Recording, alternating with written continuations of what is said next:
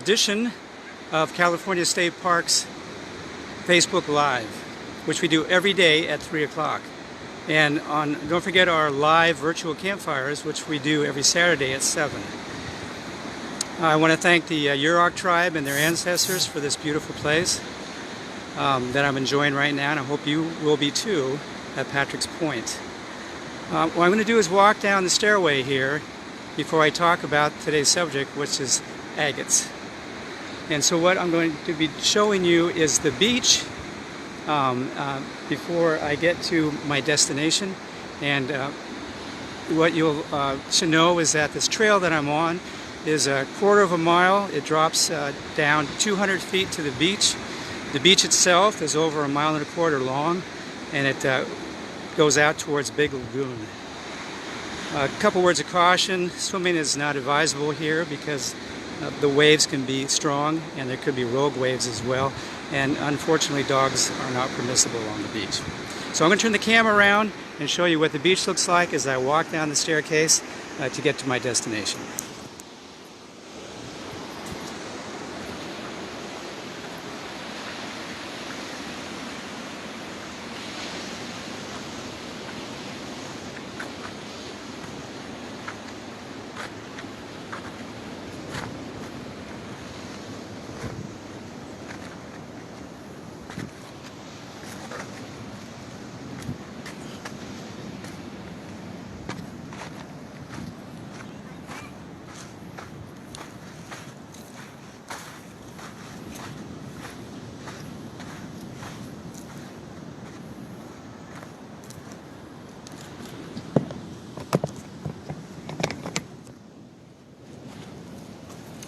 Okay, now you can see me again, but I can't see you. So today's subject is about agates. A lot of people who come here to Agate Beach want to know what an agate is and how you identify them. So I'm going to talk about those two things, and of course I'm hoping if you have any comments or questions, I'll be able to see you on the screen. My name is Dana Utman. I am an interpretive specialist at both Prairie Creek and Patrick's Point. And today I get to be with you from Patrick's Point, a very special place. So, as I said, a lot of people want to know, what is an agate? A lot of people come here to look for agates, and you can be successful finding them because everybody who wants them and knows what they're looking for is successful in doing so. And you can take the agates home with you. I was told up to 5 pounds per person, but 5 pounds of agates is an awful lot of agates. I don't know anybody who's found 5 pounds of agates in one day. So what is an agate? Well, if you come to the beach here, you'll be able to see these agates, or these stones on the beach, and some of them are going to be agates.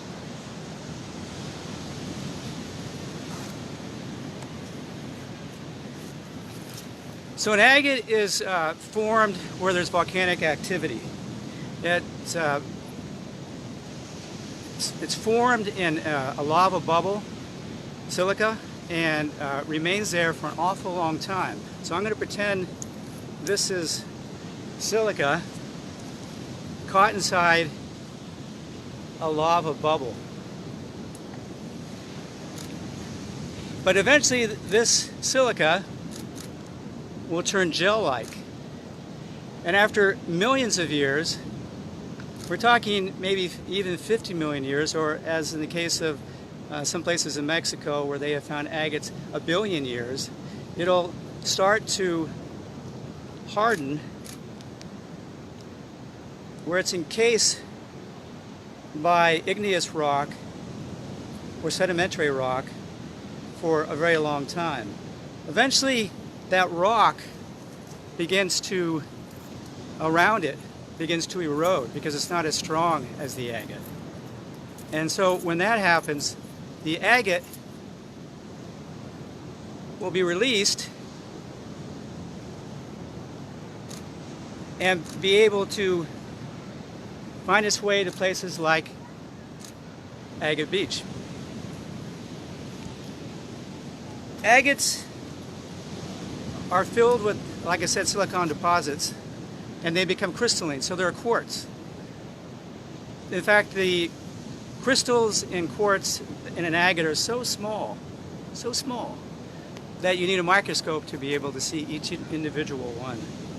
An agate is about as strong, if you know what a Mohs mineral scale of hardness is, from 1 to 10, 10 being the hardest, an agate is a 7. An agate is polished by the ocean. It comes in a variety of colors based on the impurities that get into the agate when it's forming. So they can be amber, yellow, gray, moss green, and so many other colors.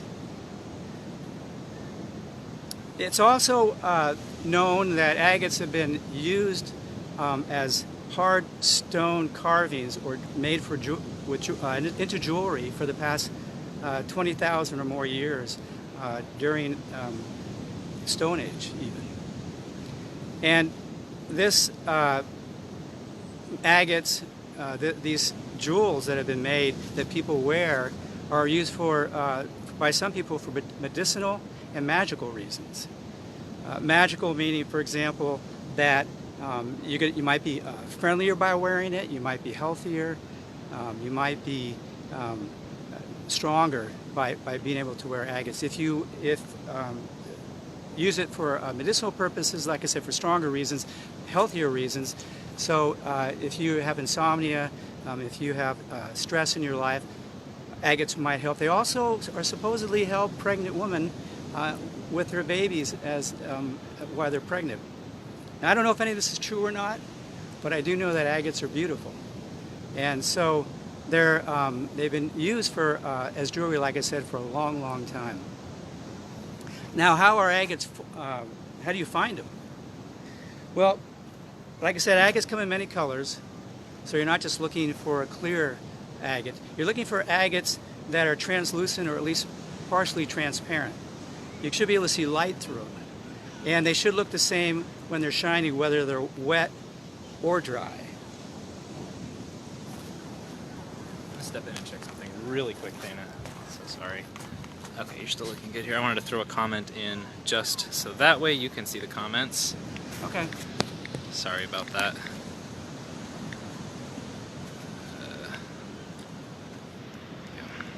Sorry, everybody. Pardon the interruption. There we go. Okay. So now you can see. You'll be able to see the comments now. All right. Okay. Good. Sorry about that. So, at any rate, like I said, they should be the same, wet or dry. What you should be able to see little half moons on them or white patches. And these are examples of some agates. Hope you can see that well. Remember, they're all come in all different colors.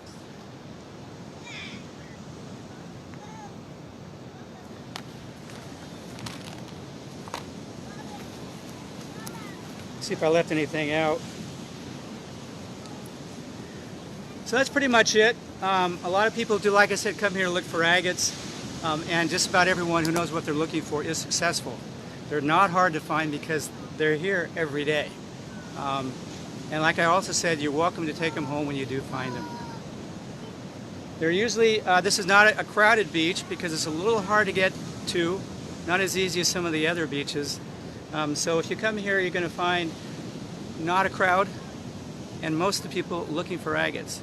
So I hope that if you come out here, you'll be successful as well. But the first thing you need to do is to know what you're looking for, so you can find agates, and then you get to take them home. Are there any questions or comments? Got a couple if you're not seeing them on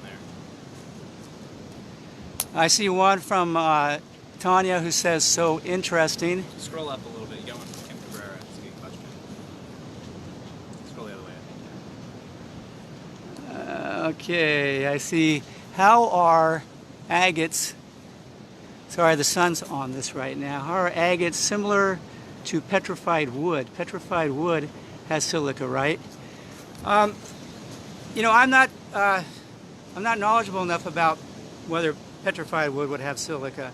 I mean, I wouldn't doubt it, but I'm not sure, so I'm not going to answer that question. Maybe you know more than I do. Any questions here? Can you do a close-up of them? I'll do another close-up. You can also take the phone off, flip the camera around, maybe easier to show. Here, I can handle it for you. So you have that little flip screen in the top corner, so we'll do that. Hi everybody, it's Kyle here, taking over for a second. There we go. Nice close-up of the agates.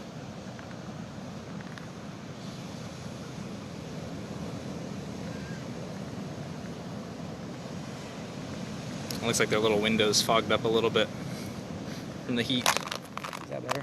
It's a little foggy on both sides, but you can see them.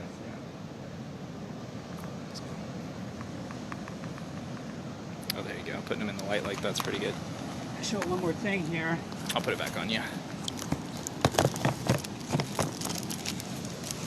Now my daughter was kind enough when I told her what I was doing to make some jewelry for me with an agate. Hope you can see that.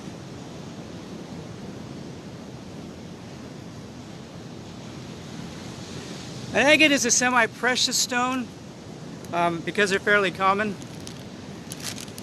but they're still prized. They're often layered and multicolored. No two agates are alike. See if we have any more comments or questions.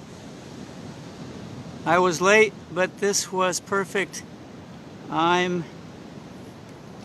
Beautiful necklace. Oh, thank you very much. I'll let my daughter know that she made it, so I'll let her know. You did have a question again on the limit that you can take home, and how is it allowed? How is it allowed? Like, how are you allowed to take them home? Well, how are you allowed to take them home? You can put them in your pocket. You can put them in a bucket. I think they mean in a conservation sense. How are you allowed? Oh, because agates always are washing up on the beach. It's one of the things that's being replenished constantly. So that just like you can take driftwood as well, but you can't take tons of it. You can't drive a truck out here and pick up all the driftwood on the beach, and you can't take supposedly more than 5 pounds of agates at a time. But like I said, I haven't met anybody who's come here and picked up 5 pounds worth of agates. That would be an amazing catch. But anyway, just bring a bucket, pick up as many as you can, and drive home. Wow, your daughter is talented. Thank you. I'll let her know. I appreciate that. It might be good to mention just that everything does play an important role in ecology. Like even driftwood is habitat for things, so it's always good. It's best practice to live. All right. Well, as Kyle was mentioning, it's good to let everyone know how everything is connected and how important everything is to this environment, so that even though you can take driftwood home and you're allowed to take agates and so forth, it is important to this environment because, for example, driftwood is important for habitats for certain animals. Any other comments? Let's see here. That's probably good. We can come around to any others and comment back. Okay.